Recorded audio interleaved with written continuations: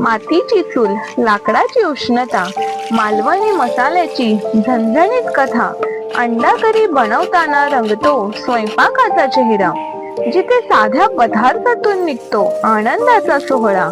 नारळ, लसूण, मिरची आणि मसाल्याची साथ चुलीवर उकळत असते चवीची खास बारात. अंडा करी म्हणजे आठवणींचा खजिना आणि गावचं जेवण म्हणजे चवीचा नजराणा.